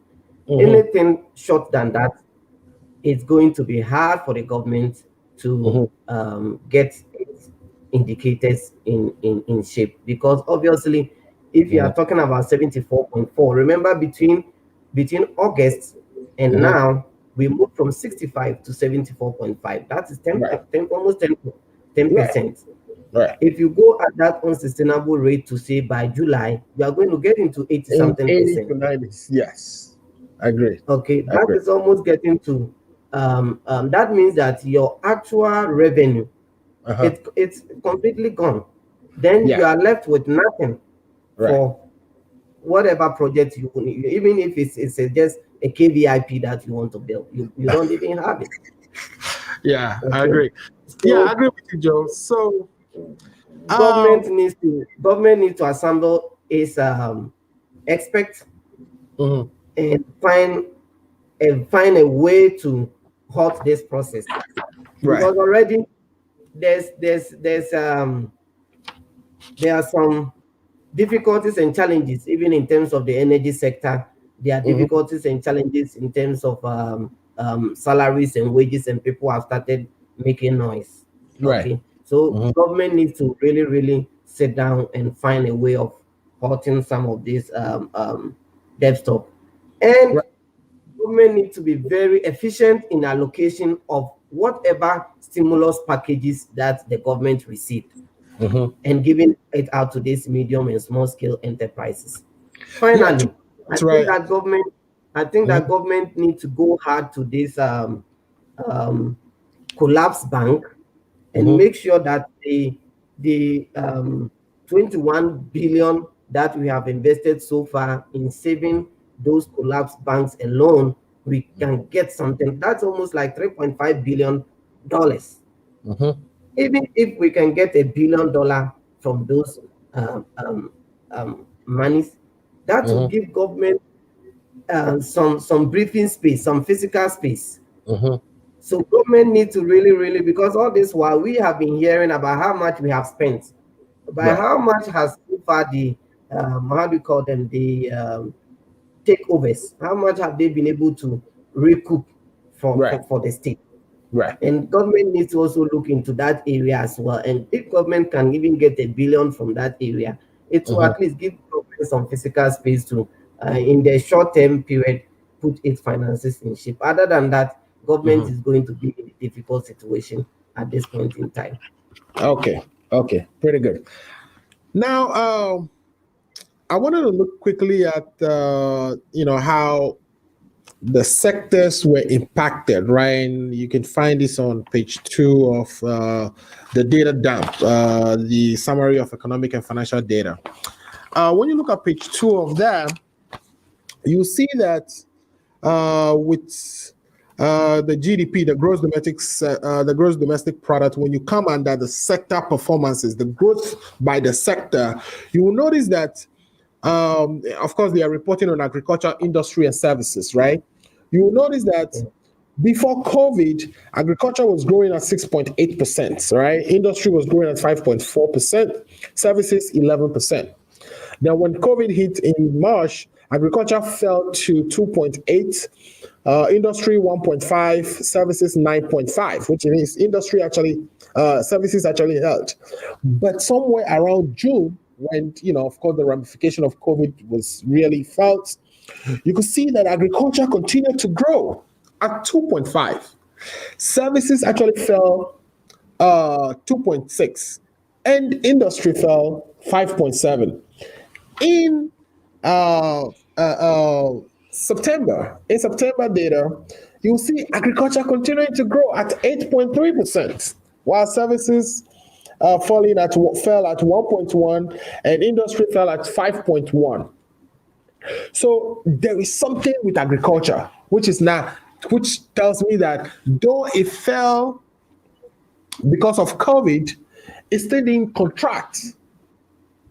And it's an area that if the government really wants to grow the economy, they should be paying attention to. What do you say? Yeah, I think you are right. But it's important to understand that in areas like agriculture, when this lockdown came and there was no commodity movement from countries, say China to Africa, it then forced the government to look for homegrown solutions. And so quickly, the likes of poultry farmers, the likes of green, they call it green farming, greenhouse farming or green something became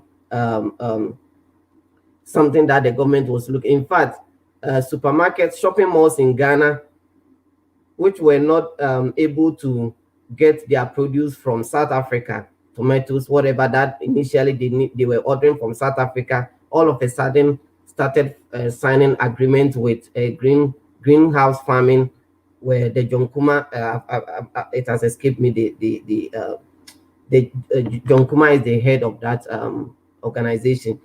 And so fishing that used to come from China, whatever, we needed to find a way of reducing the shortages. And then rice, tomatoes, everything, we started putting in much more resources in. And that is why we grew from that 2.5 to 8.3. In fact, in the long term, after COVID, agriculture is going to be much stronger because we are now in a position of becoming even self-sufficient if we don't slack. Because COVID has actually forced us to take some bold decision in terms of the agri sector. Okay. Now, what government needs to do is to sustain that. Is to sustain that, because most of the market women, or most of these traders who used to go to China to import rice, who used to go to China to import oil and all those kind of stuff, all of a sudden were faced with challenges of not being able to travel. Right. And in response, they started giving money to these local farmers in the hinterlands to produce, and they, in fact, they were even fighting over the market, the local market. And so for me, that's a good sign. But remember that because we don't really add service to our produce, and in fact, if you look at our export, it declines. That is why we have not really felt it in the overall economy. The effect on the overall economy is marginal, even though we are making gains in agriculture, because our economy is largely driven by the service sector. Our GDP in general fell short. The projected GDP in general fell short because the economy is largely supported by the service sector in terms of real, and in the manufacturing, in terms of real financial commitment to government. Now, what government needs to do is to pay attention to the agri and pay attention to manufacturing. The manufacturing, we should shift our attention from, because when you see this manufacturing, basically we are talking about mining and quarry. Right. That's what we're talking about, manufacturing. If government can put much more emphasis in factories, 1B, 1F, in the second 10 year, and make sure that we get well thriving companies and factories, so that we can also increase our exports. That will help the government to generate some kind of foreign currency to support government internally. In fact, I know a company called Blue Skies, and Blue Skies is not facing much of these difficulties because almost 80% of their produce is sent it to UK and Europe. And so even though when COVID came and we were facing all these challenges, most of these companies were facing challenges. Blue Sky is still surviving because it is sending most of its produce to Europe. Overseas. With that said, overseas. With that said, I think that the general outlook of the economy, it's okay because the commercial banks are now well solvent. They have liquid. The growth in that sector is high. And so for me, if you have a well liquid financial sector, if COVID is over, you are at least in a position to take off, and so forth. That's a good thing for me. Okay, Joe. I know we wanted to talk about the obstacles, countries in our hemisphere, like of course the African countries will be facing with accessing COVID vaccines. Yeah, we can just make it quick. I think that I wanted to it's not a realistic target. I want to make it a next week conversation, so that we can really deal with it, because there's so much in here that I don't want us to just brush over it. Even the monetary policy one, we can take some of the conversations to next week because I wanted us to talk about the banking sector, but we were not able to do so. And then also, I think we talked fiscal a little bit. We talked about debt a little bit. We talk a little bit about the external sector. Commodity prices is something I wanted us to look at the crude prices and how it's faring. And because all that actually go into our revenue for the year. So some of that I wanted to be able to reserve for next week. But you have, gone through the documents for, some of the obstacles that the countries are facing. So if you can give us a quick summary to that. And I know Super Bowl is also, everybody's watching and they are not watching us right now. But if you can give us a quick summary on that before we bring the program to a close, and I will make sure we do it for next week. Well, I think that government need to, especially if government want to fight COVID because of the economic ramification that it's going to have on, government need to find a homegrown solution. Right. Relying on vaccine is not going to help.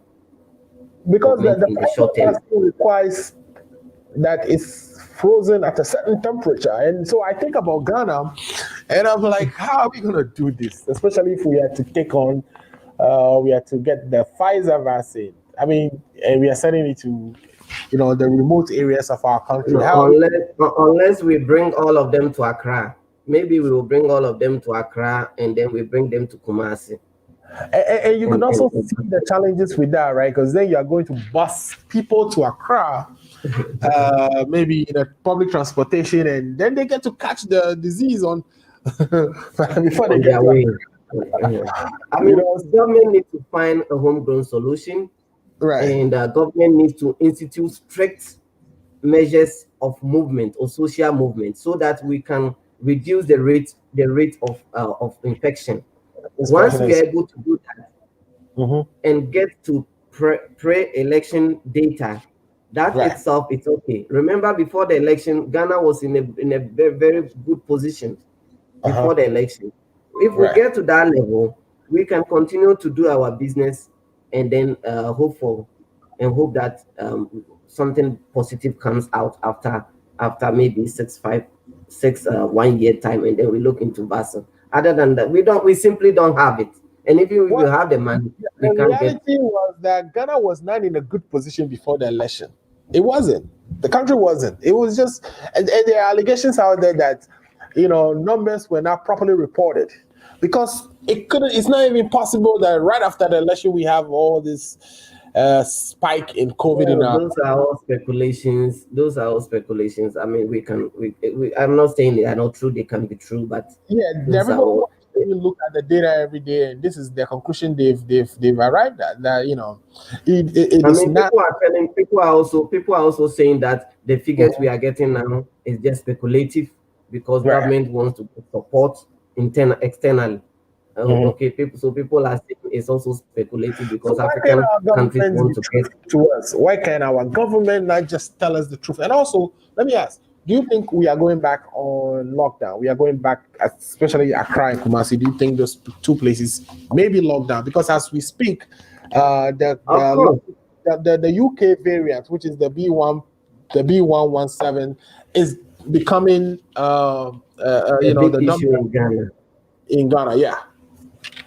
Of course, and for me, if we will have, I spoke with my sister in China yesterday, and part of China is in lockdown right now. Okay.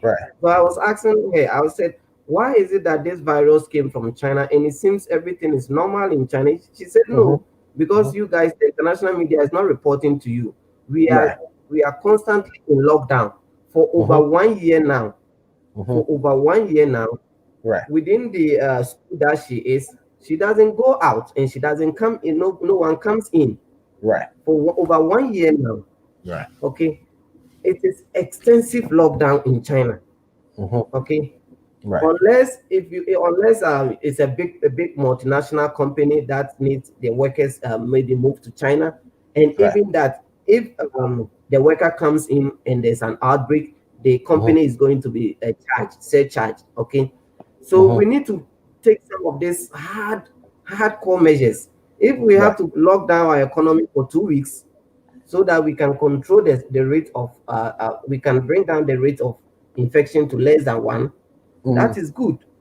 At this point of time where we are having 770 cases a day, that is too much. I remember in the United States when we were counting 400 people died a day, and that was a big deal. But all of a sudden, the numbers went way up. And, you know, if Ghana is counting almost 400 cases a day, that is a problem. That is a problem. Because, see, we don't have a solid healthcare system like other countries that are battling these days. So you can just imagine what this is going to do to us. Now, let me read a few comments to you. A friend of a friend of ours, OBGH, says, good evening, Joe.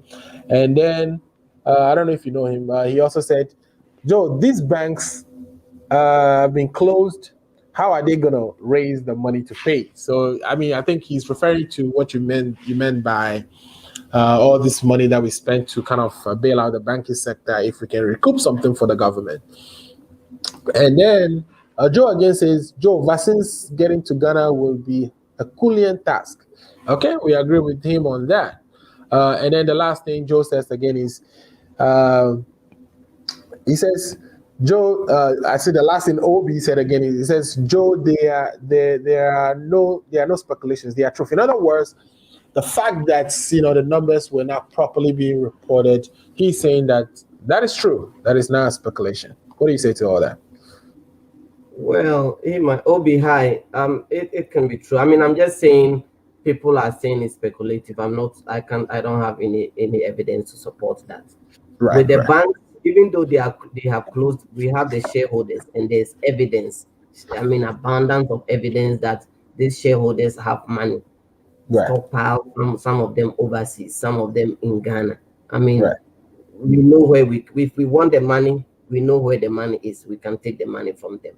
It's just that government is being so slow in getting the money from. I mean, I know people who were in that kind of scandal who have properties in prime areas in Accra, airport residential areas, and we could confiscate some of those properties and sell them.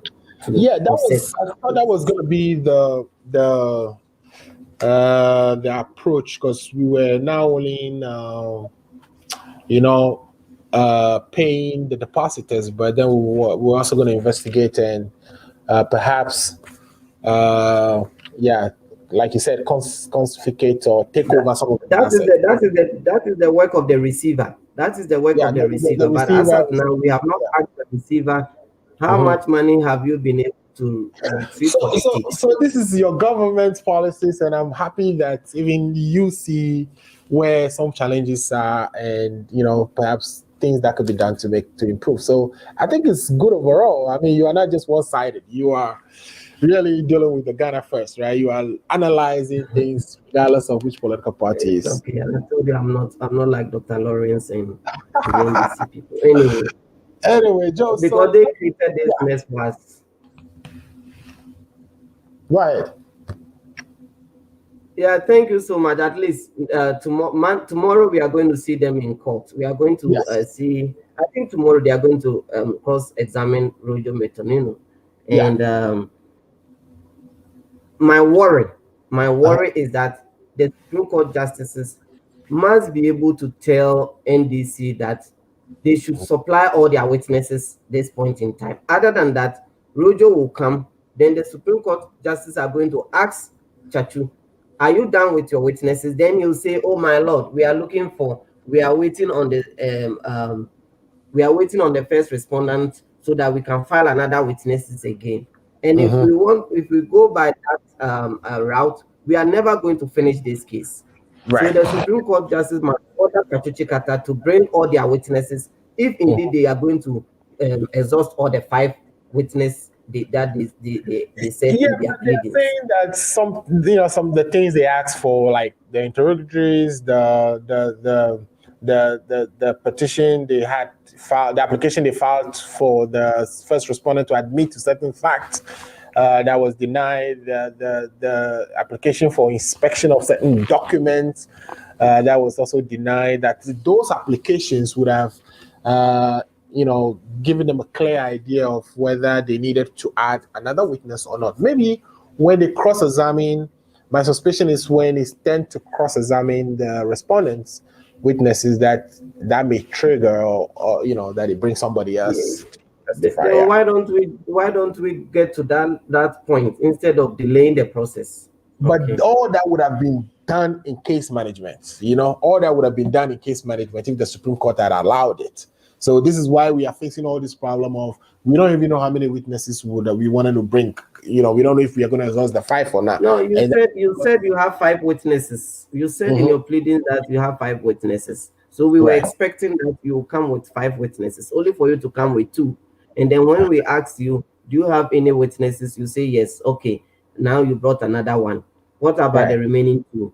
I don't suspect that we are waiting for the justice to ask you again, and then you say, oh, I have another one on the line, and then you come with another one again. Okay, so the Supreme Court just Monday they should ask Chachuchi Kata, or the respondents should ask Chachuchi Kata, how many petitioners are you bringing for this case? Because what the NDC is doing right now is they are doing fishing. They are doing fishing. What they are doing now is you accuse me that I have stolen your phone. I said I have not, and then you took me to a court, and you are asking the court to order me to bring all my phones, so that you look through my phones and tell me which one belongs to you. Yet you have failed to show the court any documentary evidence that your phone is a Galaxy 5 or Galaxy 6, or your phone, you bought this phone with this receipt from this merchant, or you have a unique code for your phone. You have not provided any of this evidence, and you are just forcing the court to order me to bring all my phones, so that you point which one of the phones that I have belongs to you. Any phone that I think you can point that is your phone. Joe, okay, let me ask you a last question. I think somebody made a comment here that Namwan is still working with his properties, and in fact, and they are all intact. That is Obi again. Obi, thanks for all the messages you sent to us today. We really appreciate. We have to look into. Yeah, let me ask you this before you go. Which witness cross-examination are you really waiting for? Which one are you really? I'm waiting for Chachuchi Kata and the EC, because that is the crack of all the issues. Yes, that is the crack of all the issues.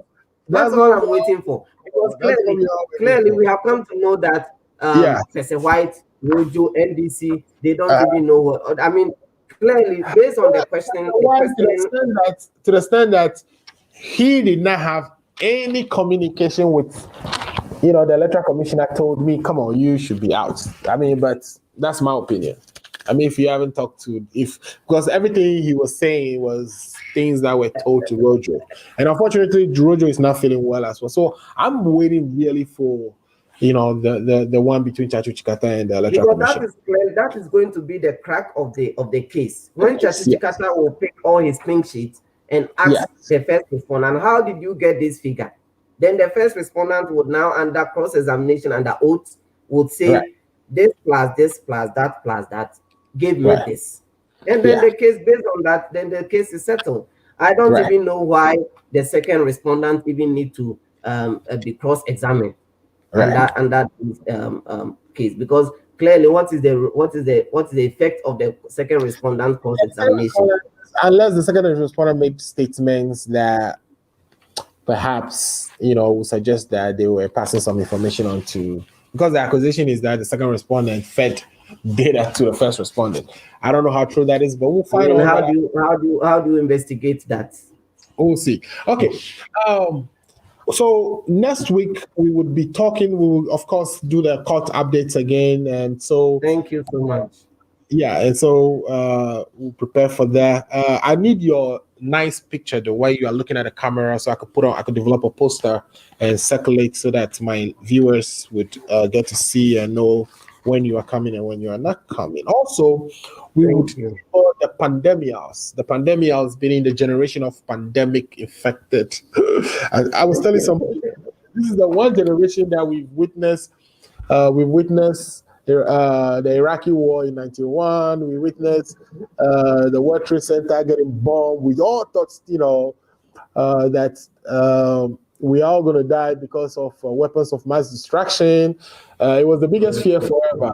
Then we witnessed the market crash in 2008, and bailout happened, and now pandemic. So it's like, we all need psychologists after when it's all said and done, right?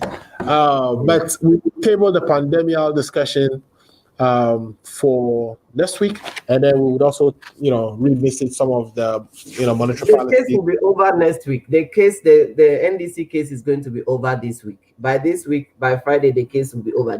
And I strongly believe, and you can quote me if Dr. Lawrence and all the NDC are listening to me, the case will be thrown out because it will not even cross the first. But that would be very radical. What makes you think the case will be thrown out that quickly? Of course, because it doesn't even meet the first threshold. There's no legal basis. You haven't done all the examination. You have to fully listen to the case in order to arrive at, you have to perform your evaluations to determine whether it crossed this threshold or that threshold. So I don't think we are all here. Thank you so much. Thank you, Joe. You've been a good sport. Guys, that's the Ghana agenda for today. We would be back next week. We would be tabling for discussion issues affecting this generation. We call it the pandemics. We would also revisit the monetary policy discussions and engage the views of our other panelists, perhaps from the NDC side. Legacy says, is this guy correct? No, I don't say that. And then NDCs are strategically fishing for sympathy votes by letting people know that they have been robbed of the 2020 election. Thanks for that comment to Obi. We really appreciate it. And also next week, so we said pandemics, monetary policy, and any other issue that may be developing within the week. We would also talk about, of course, the course update. This has been the Ghana Agenda. Let your friends know that the Ghana Agenda is on every Sunday between 5 p.m., which is the 5 Eastern Standard Time, New York time. If you're in Ghana, that is between 10 p.m. to perhaps 11 or 12. Now it's recorded. It's on Facebook, so you can replay it after the show is off and give us your comments in the bottom. We are happy to read those comments live, and if there are comments that need us to take action, we are happy to take those actions. Again, this is the Ghana Agenda. My name is Alfred Amuzu, and thanks for watching. Have a good day.